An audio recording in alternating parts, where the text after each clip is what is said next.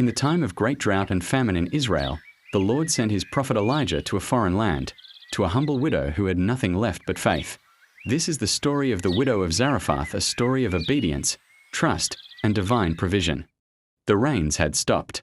For months, the land of Israel had not seen a drop of water. The sun scorched the fields, the rivers ran dry, and the ground cracked open from the heat.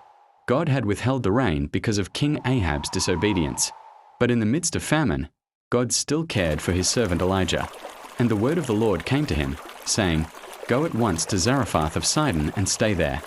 I have commanded a widow in that place to supply you with food." And so Elijah rose and began his journey. When Elijah reached the gate of Zarephath, he saw a frail woman gathering a few dry sticks. Her movements were weak, her face pale with hunger and sorrow. She was preparing what would be her last meal for herself and her son. Elijah approached her gently and said, "Would you bring me a little water in a jar so I may drink?" The woman paused, looked at him, and turned to go fetch it. But as she was going, Elijah called out again, "And bring me, please, a piece of bread in your hand." She stopped and turned back to him, her eyes heavy with despair. "As surely as the Lord your God lives," she said, "I have no bread, only a handful of flour in a jar and a little oil in a jug.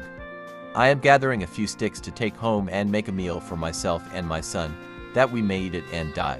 Elijah stepped closer. His voice was calm, but filled with conviction. "Don't be afraid," he said. "Go home and do as you have said. But first make a small loaf of bread for me from what you have, and bring it to me. Then make something for yourself and your son.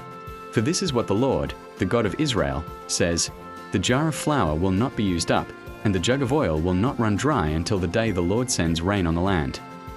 The woman stood silently. Fear and faith wrestled within her heart. She had only enough for one meal, yet something in Elijah's words stirred her spirit. With trembling hands, she turned and went back to her house.